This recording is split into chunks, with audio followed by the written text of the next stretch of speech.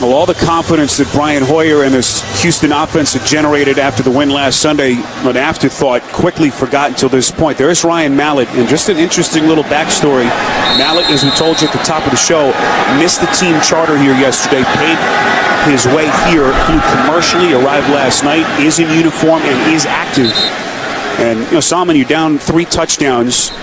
Bill O'Brien has had a very quick hook, whether it's been Hoyer, whether it's been Mallett. But now with the situation involving Ryan Mallett, you wonder what's going through his mind. It appears it's Hoyer's show. Yeah, Hoyer is off to a slow start. This is typically a case where maybe Bill O'Brien would go to the next quarterback. But given the fact that the guy couldn't set his watch in time to make his flight, you have to wonder, even if his head is in the game, if he's ready to play. So maybe O'Brien is more inclined to stay with Hoyer, where in normal cases he would go to Ryan Mallett. 2nd and 8. And fake the end around to Landry. Little screen pass. This is Miller. A lot of open grass. Miller's still going. 15-10, and he's into the end zone. Wow. That looked way too easy. They were able to outflank the defense, and for Lamar Miller, he's never had an easier touchdown in his life. Well-designed play, well blocked. Kenny Stills, the receiver, he's going to throw a nice block as well. Now, see, you're going to see him. It's going to be right here, but watch him just come right out of the backfield. He'll catch it. Nice screen play, and then Kenny Stills down the field. He gets a block. Look, he doesn't get touched from there. Excellent blocking downfield. 54 yards on the catch and run. 4th touchdown pass thrown by Ryan Tannehill, and it goes from bad to worse for the Houston Texans. 28-0 as we play in the opening minute of the second quarter. You're watching the NFL on CBS. Well, this was the conversation between Bill O'Brien and his defensive coordinator, Romeo Crennel, during that last break. Romeo, a very proud football man, has been coaching some of the best defenses in this league for a long time. But so far, this hasn't been their day. 28-0. As this defense has been victimized by the big play, Salmon, to say the least. Yeah, right now, this defense couldn't stop a nosebleed. They've allowed 4 touchdowns on 5 possessions for the Miami Dolphins. They've allowed 3 plays of 50 yards or more. Whether it's Rashard Matthews, whether it's Jarvis Landry, whether it's Lamar Miller. They're taking it to the house. Poor tackling, and really just a lack of hustle by this Houston Texans defense right now. Romeo Crennel's got to get his guys together. They got to find a way to improve their play. 3 of those 4 Tannehill touchdown passes have come of 50 or more yards. 1st and 10. Here's Hoyer. Still looking for their first down at this. Hard to believe that pass. And now he's down. Incomplete. Hoyer kind of clutching at his right throwing shoulder. Derek Shelby was the man giving chase. Shelby planted Hoyer into the ground. Figured if I'm going to run this way, someone's getting hit. And to see him plant that right shoulder into the ground, never a good thing for a quarterback. And Hoyer remains in the huddle.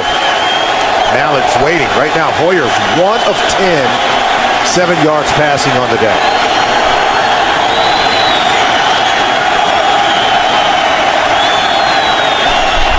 Zero yards of total offense for the Texans to this point. That was deflected and intercepted. Rashad Jones into the end zone for the pick 6. Second pick 6 for Jones in as many weeks.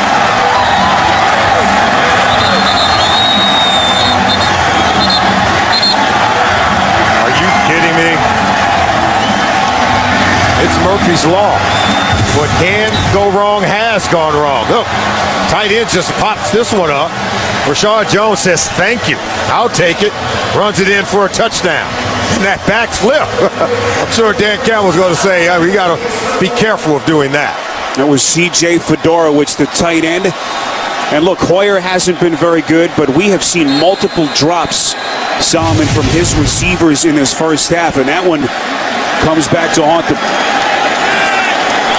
23 yards on a pick six by Jones. What a wild league this is. A Miami team that appeared dead in the water a couple of weeks ago, suddenly up 35-0 as they look for their second win in as many weeks.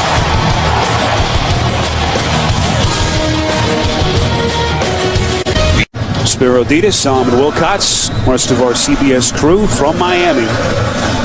Week 7 battle between two teams looking for their third win of the season. And two teams coming off road wins last week. You know, down here inside the red zone, 4th and 2.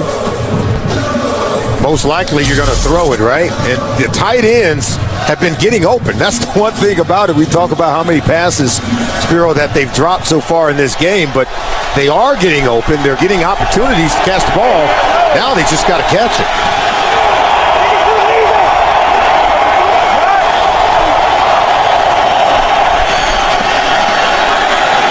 Dolphins coming, back foot throw to the end zone. It is incomplete. Intended for Jonathan Grimes, tried to make the bobble and catch. Bobby McCain, the rookie, on the coverage. And a turnover on downs gives it back to Miami. That's not where you want to go with the ball. To me, I think you got to go here, but you can see you have your fullback out there, and that's where they eventually want to go. But watch that ball should have came out right there to DeAndre Hopkins, who ultimately came open. And so Hoyer just throws it up for grabs to the fullback, who's in coverage against the corner. No way is he going to win that battle. I think you got to have better feel for where you want to go with the ball if you're Hoyer. And anytime you get DeAndre Hopkins in one-on-one coverage, that's where you got to go. Houston drive, 15 plays, 66 yards, but it stalls inside the Miami 10. First down run from Miller. Miller, 13 rushes as he approaches 90 yards on the day. So many contributors for this Miami offense till this point. As you see Watt. Now it looks like he's shaken up. It's not something you normally see. J.J. Watt coming up lane. He's such a hard worker. You know, he talked about the improvement you saw from their team last week. He said, hey, there's nothing like hard work. I kind of looked at him, you know, but you're going to see him right on your left, on the left side. There he is, penetrating right in front of the ball carrier. Slips and falls down there.